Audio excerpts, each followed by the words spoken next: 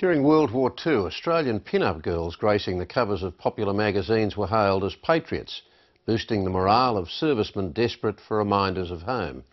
By the early 50s, pictures of busty bombshells and bikini girls had replaced the less provocative wartime pin-ups, challenging the prevailing morality of the time. Now a new book called Our Girls has hit the stands, hailing them as the trailblazers of women's lib. Lisa Whitehead reports.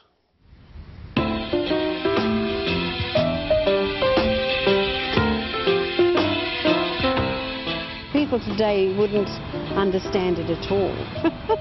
There's nothing like it anymore. People telling you what clothing you can and can't wear and that sort of thing. In Lynn Isaac's days as a pin-up girl and bikini model in the early 1950s, the beach was the province of inspectors armed with tape measures who ensured bikini bottoms were a decent 6 inches on the side. If you went down in a two-piece that didn't come to your waist, then you could be ordered off the beach. It's half a century ago, but Lynn Isaacs remembers well her days as a pin-up girl, gracing the covers of magazines like Australasian Post. She can even take some credit for helping oust those pesky inspectors off the beach. 4 of us went down to Lorne. We took the Post magazine, took their photographer, and a big contingent of us went onto the beach, sort of daring them to throw us off and have it all on camera and everything. And they chickened. They didn't. The headlines had said, "Bikinis buck the ban." It took another 12 months before they just told the inspectors to go away. Just don't bother.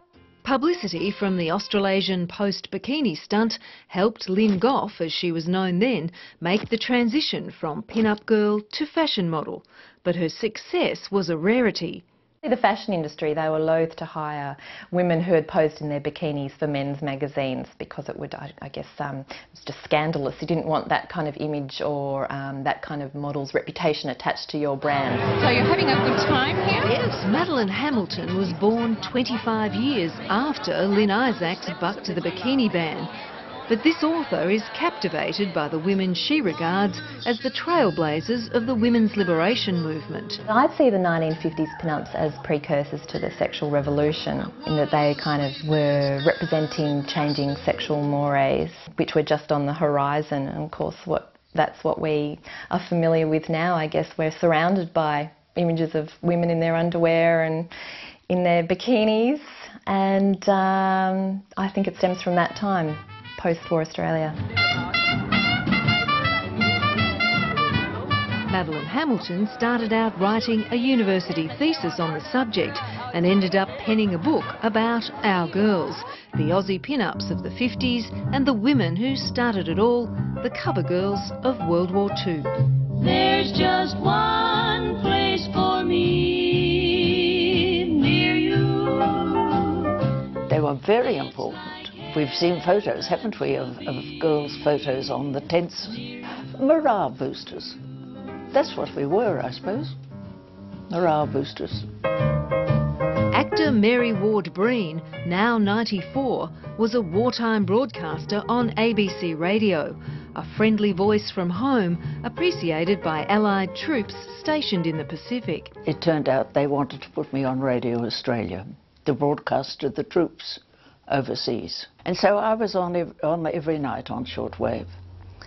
And they wrote to me, and I answered their letters and played their favourite programmes, music. So you send out autographed copies of your photo? Autographed, yes, they wanted that. God knows what they did with them. But